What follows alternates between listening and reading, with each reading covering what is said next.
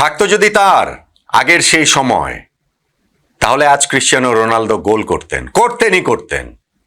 অন্ততপক্ষে 1 গোল করতেন, হয়তো বা 2 গোল করতেন, কিংবা কে জানে হ্যাটট্রিকের জবাব হ্যাটট্রিক দিয়েও হয়তোবা তিনি দিতেন। যখন বার্সেলোনায় ছিলেন লিওনেল মেসি, যখন রিয়াল মাদ্রিদে ছিলেন ক্রিশ্চিয়ানো রোনালদো, তাদের সেই তুমুল উত্তুঙ্গ প্রতিদ্বন্দ্বিতার সময় প্রতি সপ্তাহান্তে আমরা সেই দুইজনের দ্বৈরথটা প্রাণ ভরে উপভোগ করিনি? আমরা কি জানতাম না যে রোনালদো আজ 1 গোল দিয়েছেন মানেই মেসি 2 গোল দেবেন, মেসি 2 গোল দিয়েছেন মানে রোনালদো জোড়া গোলে জবাব দেবেন, হ্যাটট্রিকের জবাব হ্যাটট্রিক দিয়ে একজন আরেকজনকে দেবেন। হয়েছে তো অনেকবার। সেই কারণে বিশ্বকাপে যখন কয়েক ঘন্টা আগে লিওনেল মেসি হ্যাটট্রিকে শুরু করলেন, ওই এক্সপেকটেশনের জায়গাটা ছিল নস্টালজিক ফুটবল ফ্যানদের, যে রোনালদো হয়তোবা সেই জবাবটা দেবেন, গোল তো তিনি দেবেন। কিন্তু পর্তুগালের হয়ে রোনালদোর শুরুটা হলো ভীষণ বিবর্ণভাবে। লিওনেল মেসি সময়টাকে ধরে রেখেছেন, হয়তোবা সময়টাকে রোল ব্যাক করে পেছনে ফিরিয়ে নিয়ে যাচ্ছেন, বয়স যে সামনে এগুচ্ছে সেটা তিনি বুঝতে দিচ্ছেন না। অন্যদিকে ক্রিশ্চিয়ানো রোনালদো, তিনি বোধহয় সময়ের কাছে আত্মসমর্পণই করে ফেলছেন।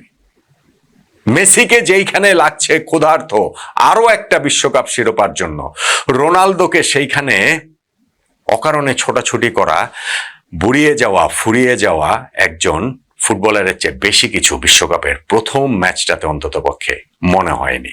রোনালদো এখান থেকে ঘুরে দাঁড়াতে পারেন, ফিরে আসতে পারেন। পর্তুগালও যে কঙ্গোর সঙ্গে 1 গোলে ড্র করেছে, সেইখান থেকেও তারা ঘুরে দাঁড়াতে পারে। কিন্তু আর্জেন্টিনার জন্য লিওনেল মেসি যেখানে সলিউশন, পর্তুগালের জন্য ক্রিশ্চিয়ানো রোনালদো কি প্রবলেম হিসেবে নিজেই হাজির হয়ে যাচ্ছেন কিনা, ওই আলোচনাটাও কিন্তু এখন ক্রমশ আরো গতি পাবে কঙ্গোর সঙ্গে পর্তুগাল 1 গোলে ড্র করার পর। দেখেন, মেসি রোনালদোর এই তুলনা আসবে, যারা আমরা মেসি রোনালদোকে দেখেছি, তাদের পিকে দেখেছি, সবসময় এই তুলনার জায়গাটা আসবে।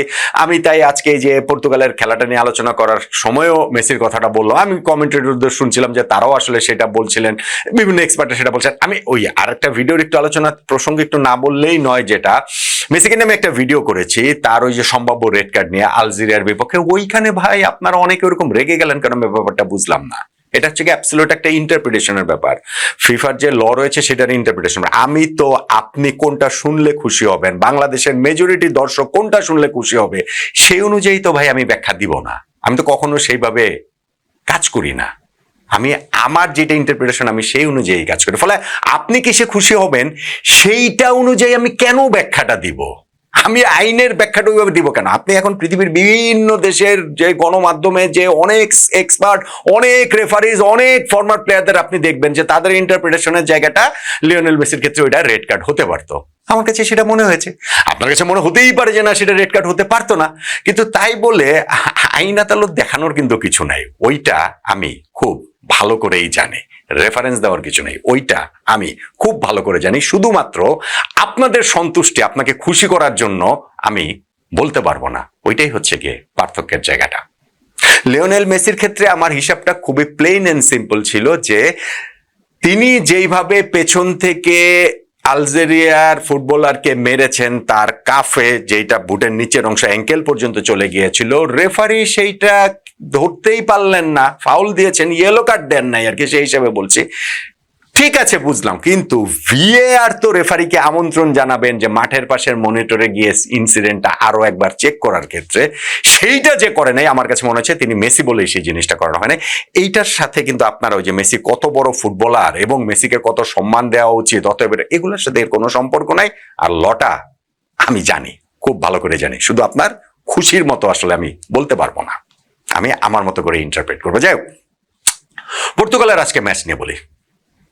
খুবই ডিসঅ্যাপয়েন্টিং। তারা কঙ্গোর মতো দলের সঙ্গে যখন 1 গোলে ড্র করে, তখন আসলে বিশ্বকাপ প্রথমবারের মতো তারা শিরোপা জিতবে কেন। এবং ক্রিশ্চিয়ানো রোনালদো, তাকে কোচ রবার্তো মার্টিনেজ পুরো সময়টা খেলালেন, 90 মিনিটস তিনি খেলালেন। আমি বলছিলাম যে রোনালদো কি আসলে সলিউশন না, প্রবলেম হয়ে যাচ্ছেন কিনা। আপনি দেখেন যে ফার্স্ট হাফে মনে হয় পুরো ফার্স্ট হাফে রোনালদো কয়টা টাচ পেয়েছে, হয়তো চান্স ক্রিয়েটের তো কোনো সুযোগই আসলে ওইভাবে হয়নি, হয়তো বা পুরো ফার্স্ট হাফে তিনি হচ্ছে 10-12টা বল টাচ করেছেন, পুরো 90 মিনিটসেই বা কয়টা তিনি করেছেন। আমি ওই রকম ক্লিয়ার কাট অপরচুনিটি বলতে সেকেন্ড হাফে ওই যে কনসেশন আমার পর রাইট সাইড থেকে যখন পর্তুগাল পেনিট্রেট করছিল তখন রোনালদো দুইটা হাফ চান্সের মতো পেয়েছিলেন। একটা হচ্ছে কি তিনি যে বার্স্ট করলেন কঙ্গোর একাধিক ডিফেন্ডারের মাঝখান থেকে, সেইখানটা আমি ভাবছিলাম বলটা ডিফ্লেকশন হয়ে বাইরে চলে গেছে, কিন্তু দেখলাম যে না, রোনালদো আসলে তো সময় পান নাই এবং বলটা তিনি বাইরে দিয়ে মেরে দেন। এবং আরো একটা ক্ষেত্র এক্স্যাক্টলি ওই রকমই আসলে হয়েছে। এইটা যদি সেই রোনালদো থাকতো, সেই ফর্মের রোনালদো থাকতো, তাহলে এগুলাকেও আসলে তিনি নেটের পেছনে বাড়ি করতে পারতেন, ওইখানটাতেই তিনি হচ্ছে গোল দিয়ে দিতে পারতেন। কিন্তু রোনালদো সেই সেরা সময়টা আসলে পেছনে ফেলে এসেছেন। কোচ এই জায়গাটাতে মার্টিনেজ তার টিম চেঞ্জ করেছে, বের্নার্ডো সিলভাকে সেকেন্ড হাফে তিনি বদলে ফেলেছেন। তিনি এরপরে দেখে গেছি আমি যে ভিটিনোকে চেঞ্জ করে গনজালো রামোসকে নামিয়েছেন, ফরমেশনও চেঞ্জ করেছেন, কনসেসাও নেমেছে, কিন্তু রোনালদোকে পুরোটা সময় জুড়ে খেলেন। হয়তো বা তারও এক্সপেকটেশনের জায়গা ছিল যে কোনো না কোনো ভাবে ক্রিশ্চিয়ানো রোনালদো গোলটা এনে দিবে, কিন্তু সেই গোলটা তিনি এনে দিতে পারলেন না। পর্তুগালের ওভারঅল খেলাও কিন্তু খুবই ডিসঅ্যাপয়েন্টিং। রোনালদোকে দিয়ে সেটা সিম্বলাইজ করে পর্তুগাল এই ওয়ার্ল্ড কাপে স্কোয়াড ডেপথ বিবেচনা করলে one of the best squad, if not the best. এবং তারা এই ম্যাচটাতে শুরুতেই 6 মিনিটে তারা এগিয়ে গেছে। জোয়াও নেভেস ব্রিলিয়ান্ট একটা মানে ওই মুভ থেকে তিনি যে হেডটা করেছেন, গোল দিয়ে ছোটখাটো খেলোয়াড় কিন্তু জায়গা মতো ছিলেন, রোনালদোর কাছ থেকে দেখলে মানে গোলটা পেলে ওই পজিশনের জন্য আরো অনেক যথার্থ হতো, কিন্তু ওই যে তিনি গোলটা করে দিলেন। কিন্তু কঙ্গো পিছিয়ে যাওয়ার পর হতোদ্যম হয়নি, বরং তারা হয়তো বা একটু সিটব্যাক করার প্ল্যান ছিল। ম্যাচের শুরুতেই পিছিয়ে পড়ার পর তাদেরকেও কিন্তু অ্যাটাকে উঠতে হয়েছে। ইনফ্যাক্ট তারা ওই ফার্স্ট হাফের শেষ দিকে গিয়ে ভিসা তিনি গোলটা পেয়ে গেলেন একটা ফ্রি হেডার থেকে। ইনফ্যাক্ট 90 মিনিটসের পুরো ম্যাচটাতে কিন্তু এক্সপেক্টেড গোল রেশিও যদি আপনি দেখেন, সেইটা পর্তুগালের যতটা, কঙ্গোর কিন্তু তার চেয়ে বেশি। পর্তুগাল কিন্তু এই প্রথম ম্যাচটা খুবই অ্যালার্মিং বলে আমার কাছে মনে হচ্ছে। ভাই এখন বলতে পারেন যে লং ইউরোপিয়ান সিজন গেছে, তাদের প্লেয়াররা টায়ার্ড, এইগুলা আসলে এক্সকিউজ হিসেবেই দেখা এটা সব দলের ক্ষেত্রে এটা সত্যি, সব প্লেয়ারদের ক্ষেত্রেই সত্যি। কিন্তু কঙ্গোর মতো দলের বিপক্ষে যদি পর্তুগাল জিততে না পারে, সেইটা কিন্তু আসলে খুবই খুবই হতাশাজনক এবং ক্রিশ্চিয়ানো রোনালদোর জন্য হতাশাজনক তো বটেই।